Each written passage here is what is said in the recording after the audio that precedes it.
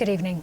A former police inspector has tonight been jailed for more than 2 years for a string of child sex offences.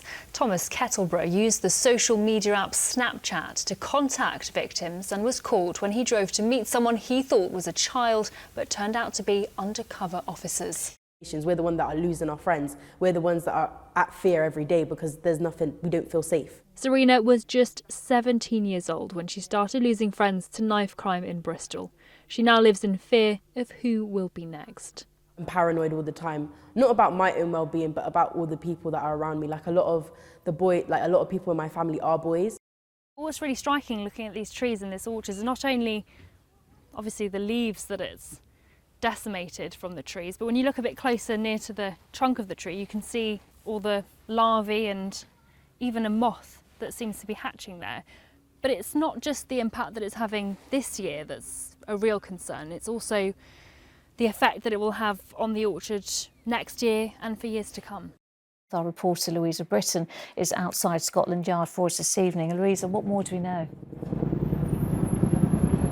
Well, this investigation relates to a crash, like you say, that happened last month in which a heavily pregnant woman and her unborn child were killed.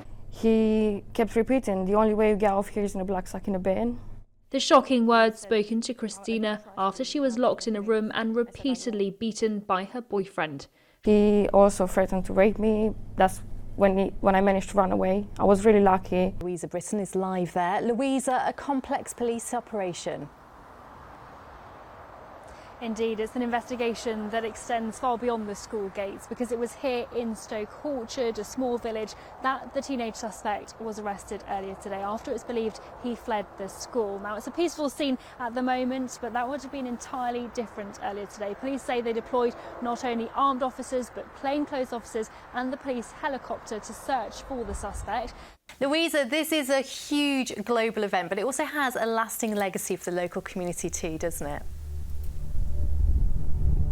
Yes, it really does, and much more on that in just a moment. But right now, it's just a beautiful day here on Worthy Farm, and it's the first day that music has properly got underway on the more than 100 stages on the site. You can see the pyramid stage behind me. We've been positioned up here on the hill for most of the afternoon, and it's just been bursting with music. You see the huge crowds that are building down there, and that's all leading up to the headline performance of 1975 this evening. It's the first time they're going to be performing at the pyramid stage, headlining the pyramid stage. There's also going to be performances by Alanis Morissette. You can hear the crowd cheering just there, and the likes of Gracie Abrams as well. So plenty to look forward to. But as you said, the volunteers play such a huge part in all of this running smoothly, and I've been catching up with just a few of them. Lisa has long COVID, a condition she believes she contracted while working as a nurse.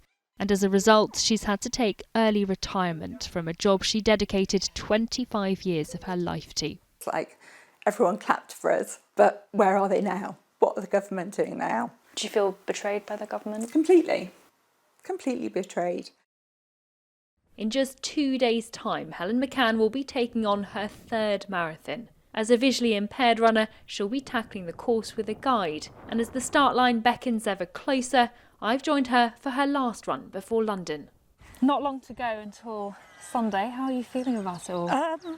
It's surreal. It's come round so quickly. From April 2026, though, farms worth more than £1 million will have to pay inheritance tax at 20% above that threshold.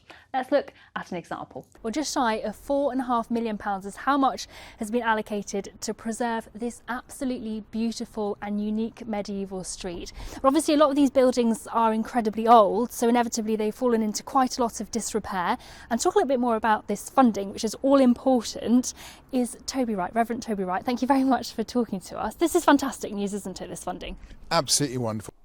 Well, it's not just the hundreds of cards that Leo's received over the last few months. He's also got a huge following on Instagram, haven't you? You should take a little selfie together. Here we go. Thanks, James. Nice to see things warming up. It was rather chilly this morning, wasn't it? Well, that's goodbye from the two of us. I'll have the late news for you at 10:30. And after the break, the ITV News continues with Mary Nightingale. Bye-bye. Bye-bye.